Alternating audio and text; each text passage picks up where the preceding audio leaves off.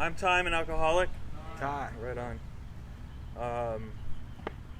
It's been a crazy ride doing AA, doing the 12 steps, being a part of this process. Because it's totally different from how I used to live life. It's totally different from how I used to do things. What I would have called back then the right way. Like, that's how I would do it, the right way. My thought process was the right process. And if you didn't get with the program, then, you're just an idiot. That was kind of the way I lived my life for a long time. But not only, I've heard it explained in the rooms like this, and stick around long enough, you're going to hear all the little AA-isms and idioms and stuff like that. I'm an egomaniac with an inferiority complex. If you understand what that means at most times, I feel that I'm better than you. And at most times, I also feel that I'm the lowest piece of crap on the planet. You know what I mean? If you know, you know. I got sober in 2015. I don't say that to puff myself up. I say it so you can know that it works. This program does work. There's a lot of self-seeking. There's a lot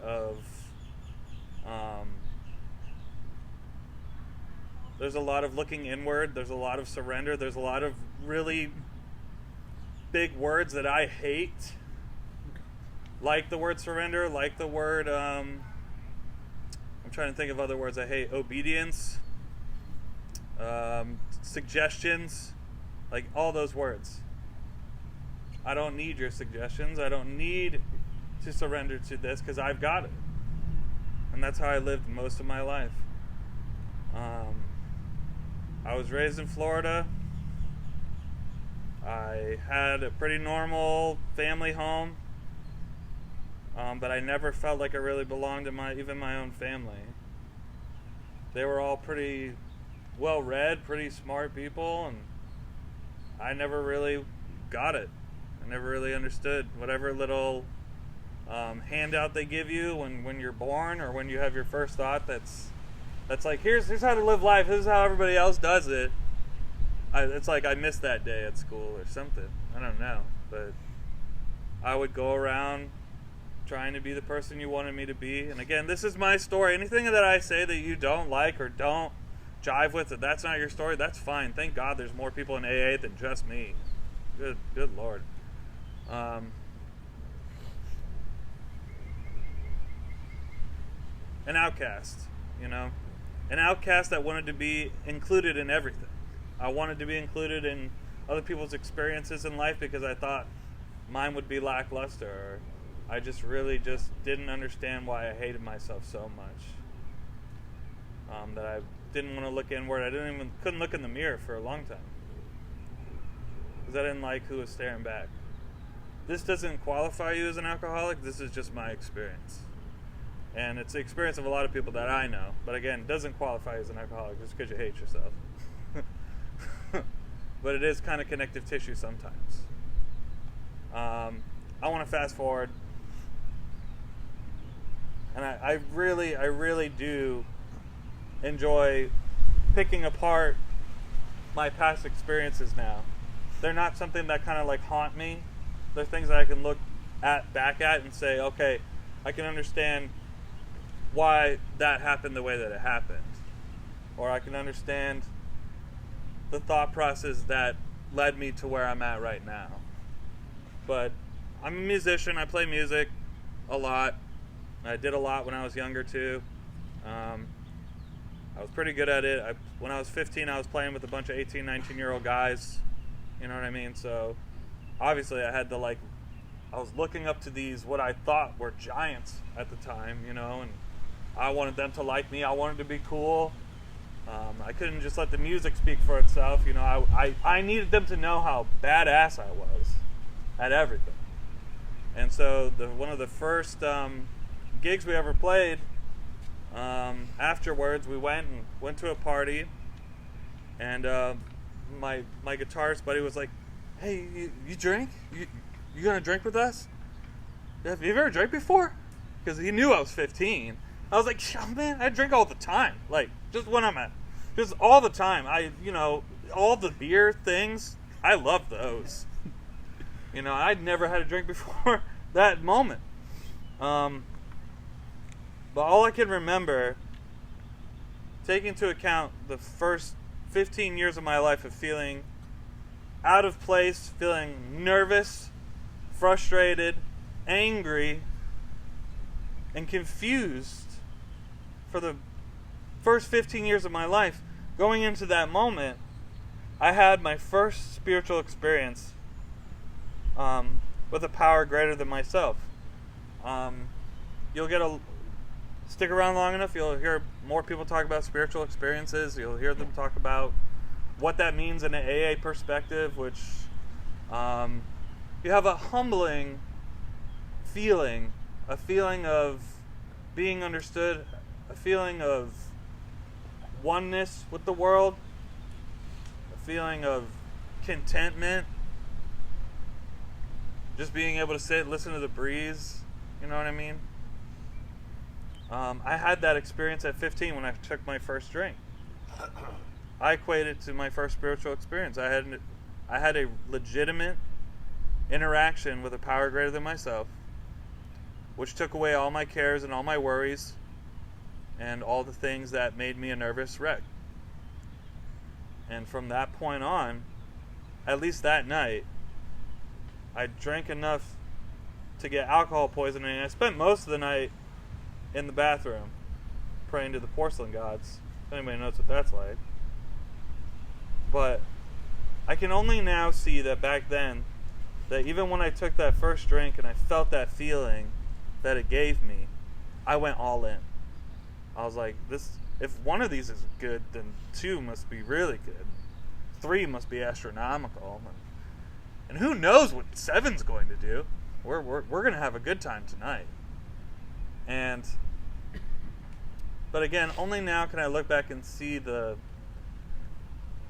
physical allergy of this thing kind of play itself out. And again, for people who are the first time in a meeting or first time in a treatment, the way that our book describes alcoholism, because that's what the book's purpose is. Its purpose is to describe to you what a real alcohol is, or a real alcoholic is, and then subsequently get you in touch with a power greater than yourself that can help you with your problems in life and an understanding. And I think one of the biggest things that I learned from coming into meetings was I always thought that drugs and alcohol were the problem. But even if I look back at my first experience, I remember it vividly as a positive experience. I remember it vividly as an experience where I felt carefree and warm and accepted. The thoughts weren't running a mile a minute. The problem with that particular spiritual experience is what I like to call a manufactured spiritual experience. So there's like what we would call like real deal spiritual experiences that you have like revelations, some kind of like crazy peace comes about you for no reason at all, just a very organic experience, as opposed to going down to the 7-Eleven, the Publix, the whoever's house down the street, and picking up your own manufactured spiritual experience of your choice. The problem with those is that they don't last. And they always demand more. They demand more of yourself. They demand more of your time. They demand more of your attention, your energy, all because initially, at the start, I just liked the way that it felt.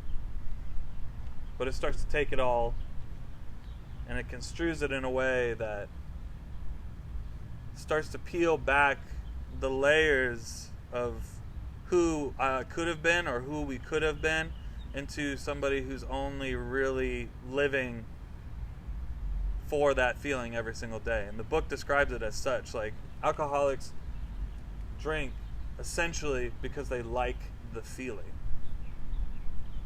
Now, everything else falls under the category of this cycle of alcoholism, which if you know, you know, I'll have abstained for a certain amount of time, and then I'll get a thought in my mind.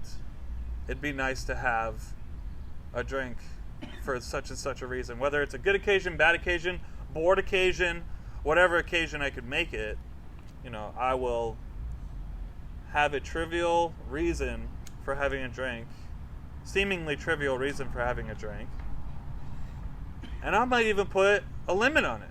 I might even say I'm just going to have one. I'm just going to have two. But I'll quickly blow past the one or two drinks because something else happens. That first part we call the obsession. This part that I'm going to describe is called the allergy. What is an allergy? Again, it sounds stupid that when somebody first asked that when I came in the rooms, I'm like, you're stupid for asking everybody in this room what an allergy is. But when they broke it down to me, it made sense. An allergy is a reaction to something seemingly normal that's abnormal happening to you. So somebody that has a peanut allergy, they take a peanut, their throat swells up, maybe they start breaking out in a rash. That is an abnormal reaction to a seemingly normal thing. Because for somebody else, you eat a peanut and it'd be perfectly fine. This person has an abnormal reaction. That's an allergy. The way it manifests in alcoholism is we take that one, instead of busting out in a rash, I bust out in this full-blown craving mode where I can't have enough. When in a normal allergic reaction, you would stop. You feel your throat closing up, you feel this rash coming on, you can hardly breathe, you'll stop. And people that typically have allergies you don't see them hawking down bags of peanuts or whatever. But for the alcoholic, it's a little more insidious. We have this weird, again, they're finding out more and more stuff about addiction and as we get into the scientific realm and stuff like that, and it's really cool. But for the time being, they still don't even know why it happens. All we do know is that it does happen, and it manifests in this way. I have a trivial excuse for drinking. I take that one drink. It sets off the phenomenon of craving, which causes the allergy to take into effect. I go through a spree, which could look like numerous amounts of things, depending on your drug of choice, drink of choice, whatever. Emerging remorseful with a firm resolution not to do it again.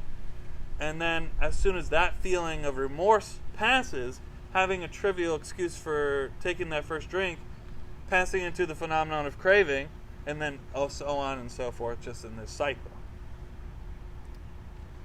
The reason that's so important to understand is so that you can take that kind of diagram or that kind of that structure and try to apply it into the experiences that you've had in life. Because no one can tell you your experience. Nobody in AA can pronounce you alcoholic. The only person that can do that is you, based on your experience and having somebody that has experienced this tell you what it looks like.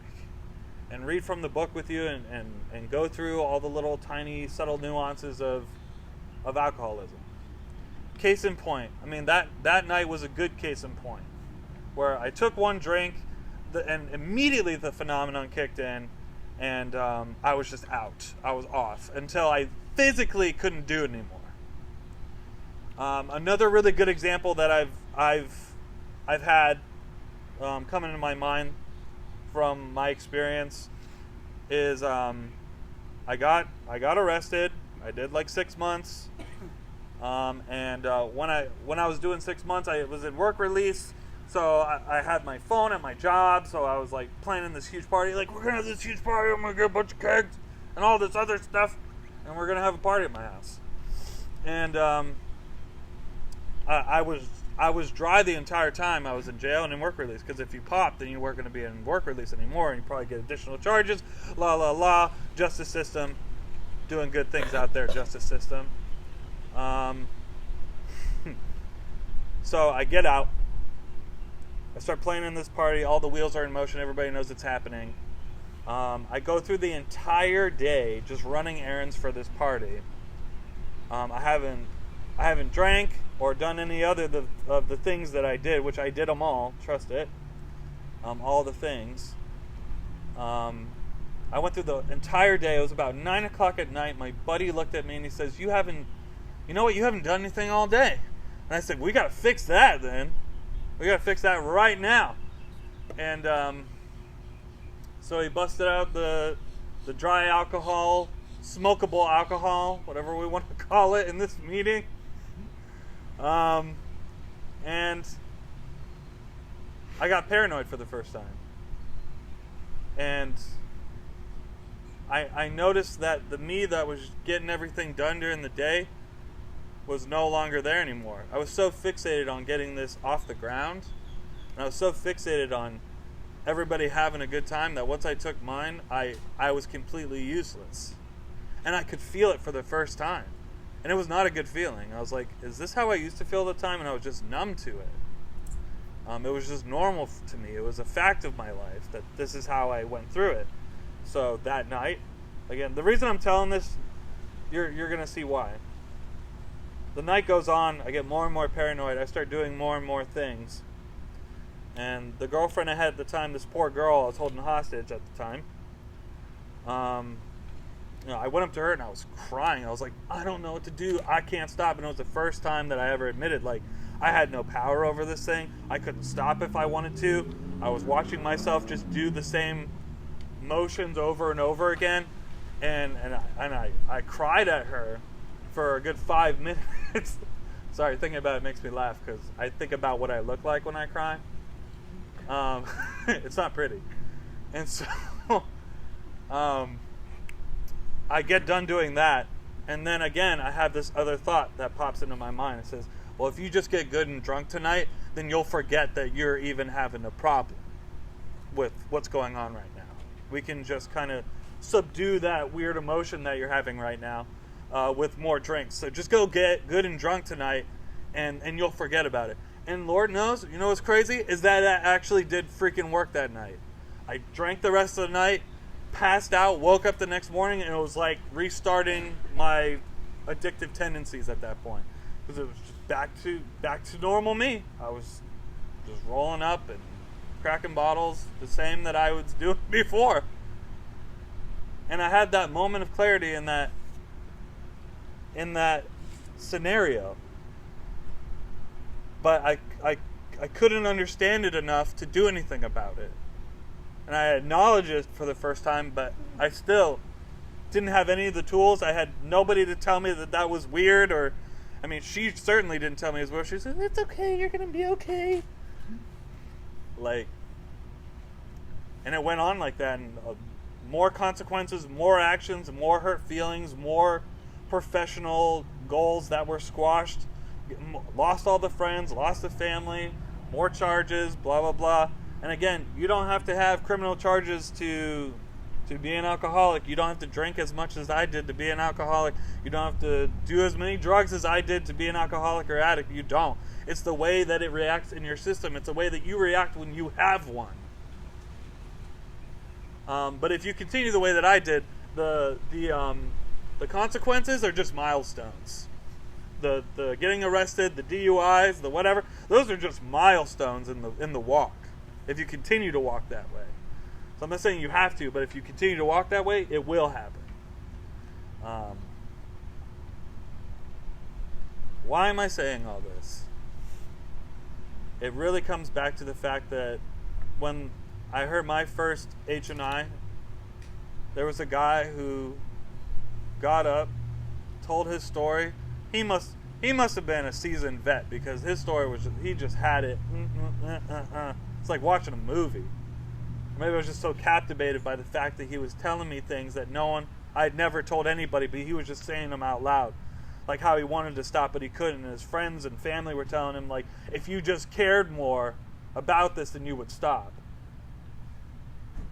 And I don't know if he's like a Hollywood actor or whatever, but he just started to, one little single tear came out, and he just made me break down. I was like, if I wanted to stop, I would stop.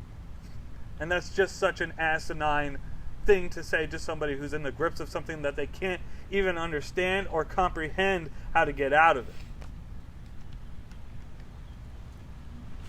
And then people telling me, nod to yourselves, if anyone's ever told you that you're out of control. You know what I mean? I've had so many people tell me I'm out of control. But that's the one thing about alcoholics that I have seen, and this is my own statistical data, is that typically alcoholics and addicts aren't out of control. They're trying to control every little facet of their life with a drink or a drug.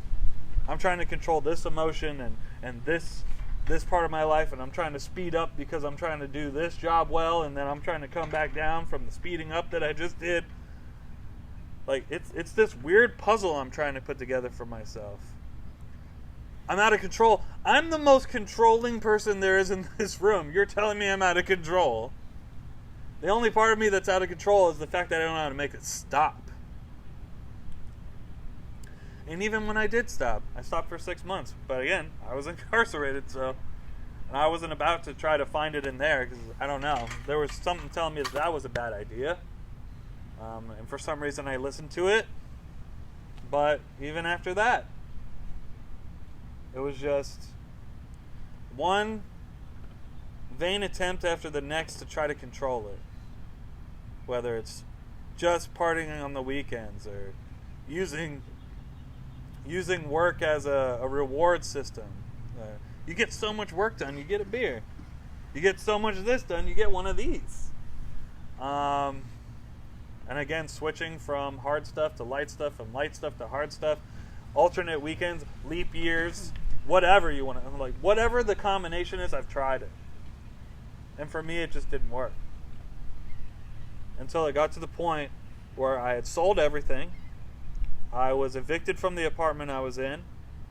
And the guys I were living with, I was only hanging around with them because they had the plugs. And he wouldn't give me the number, which is, super annoying. And I had a thought that day, September 14th, 2015, I had a thought I'd never had before, which was, is this all there is? Is this all there is to life? Is this all I have made? Everyone else looks happier than I do. Why do they get to be so happy and I'm not? And that thought led me to several more thoughts, some darker than others. But eventually it led me to, you should get honest with somebody for the first time. Ever. At the age of 28, getting honest for the first time.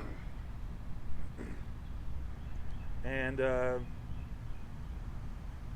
went down to treatment down here. The only thing I knew is I wanted something different. I didn't know anything else. I mean, I had been court-mandated AAs and NAs and stuff.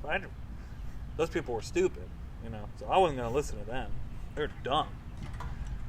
But I knew I wanted something different, and these people said that they had a different way to live, and I believed that. I believed it.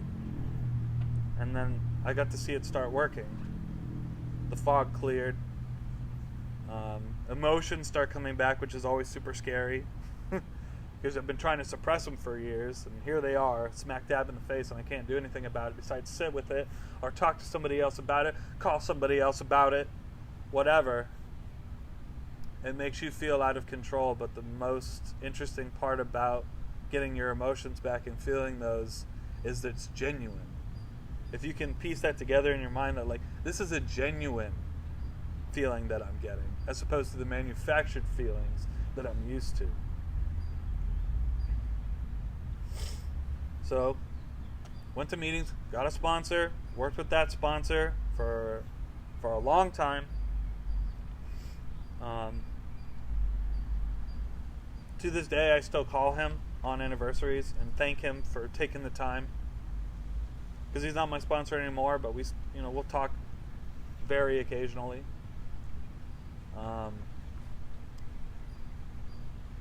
I have a solution for my problem, which again I alluded to it to begin with.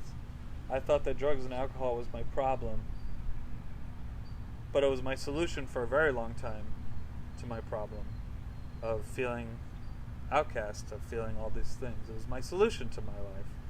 But eventually that solution turned into an obsession. and it turned into something corrosive that ate away at my life. And what AA and 12-step programs have to offer is a way to have another solution in life that doesn't involve toxicity. It involves growing as a person. It doesn't take away things from you. It gives things to you. It gives life back to you. It gives you those relationships back. It gives you a sense of purpose. It gives you self-esteem. And the difference between those things are, again, I can go to the corner store and get my manufactured drug or manufactured spiritual experience of choice down at the 7-Eleven, which takes almost zero effort if you think about it. Or there's and through that you lose all these things I talked about. Or on the other hand, there's this other solution that they talk about, that I'm talking about, that requires a little bit of work and a little bit of willingness and a little bit ability to get uncomfortable in order to reclaim your life, your relationships, your self-worth, your standing, possibly professionally, depending on what you want to do. You grow relationships with people. You get to be a part of people's lives again in a way you never thought you'd be able to do. It's a beautiful thing. Although there were times in my using that were really fun, there were also times towards the end where it was not fun at all. There was nothing fun about it. But I can say this, that even the bad times that I have now, at least they're genuine bad times. It's a genuine, organic, crappy day. Or it's a genuine, authentic, amazing day. And I get to experience it. I get to have it. And I get to share it with other people. AA takes the most darkest stories that you have and turns them into beautiful, teachable moments for somebody else. A connective tissue between me and the next person. I may not have lived where you live. I may not have been through some of the things that you've been through, but there's certain things that I have gone through or am currently going through that can be of use to you, or at least we can commiserate about it. And it's a beautiful thing what this program does when it comes to that.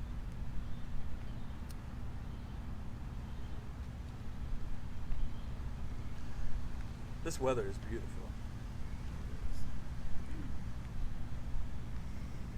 There is so much more in this life than whatever you made it prior. The great thing about this program is that it's not going to give you your old life back. It's going to give you, it promises, a recreated life. A recreated one. No longer do I have to live in the past and my past mistakes and past fears and traumas and things like that. I get to work through a lot of those things today. And I don't have to worry about whatever's going to happen later. Because all that really matters is where I'm at right now, where are your feet at? You know, they're in the present, join them. I usually end with one of my favorite things that I was told when I first got sober, and I didn't understand it until like three years later. So I'll leave you with that same conundrum, which has a lot of words that I did not like when I was told this. It says, "There's always somebody waiting for you on the other side of your obedience to your higher power." There's always somebody waiting for you on the other side of your obedience to your higher power. And what that means for me is that there's somebody right now waiting for me to get right so that I can share something with them that they need right now. And that's something that I get to do on a daily basis. And I wouldn't trade it for anything. And I truly mean that. And if you want to talk after, I usually stick around for a while. If not, that's cool too. If you are interested in any of the things that you've heard tonight, get with me, get with Rob, get with somebody who is in the program that even works here that can point you in the right direction, and get started living a new life. You know what I mean? Because it's out there waiting for you. It's just to seize it, just to grab it, and to experience it. So thanks for letting me share. I appreciate it.